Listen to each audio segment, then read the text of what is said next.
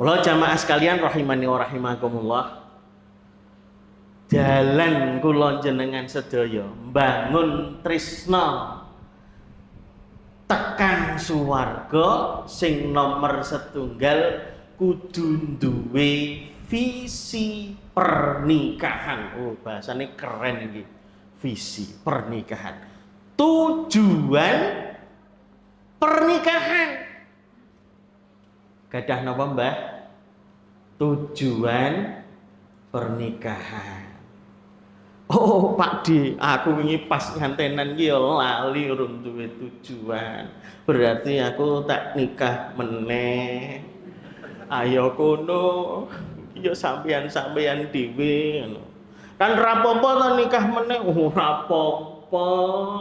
Jare keluarga sing ge contohe keluargane Nabi Ibrahim. Sing sakinah mawaddah warahmah. Tapi Ibrahim kan ya loro. Nggih monggo nek jenengan wani.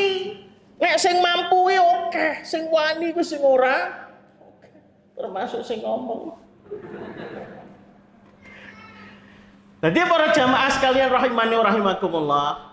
Umpami kula jenengan wis gadah niat bangun tresna marang bojo, marang anak, marang dulur, marang kanca, marang tangga supaya tekan swarga, sing nomor setunggal inggih menika kudu duwe tujuan pernikahan.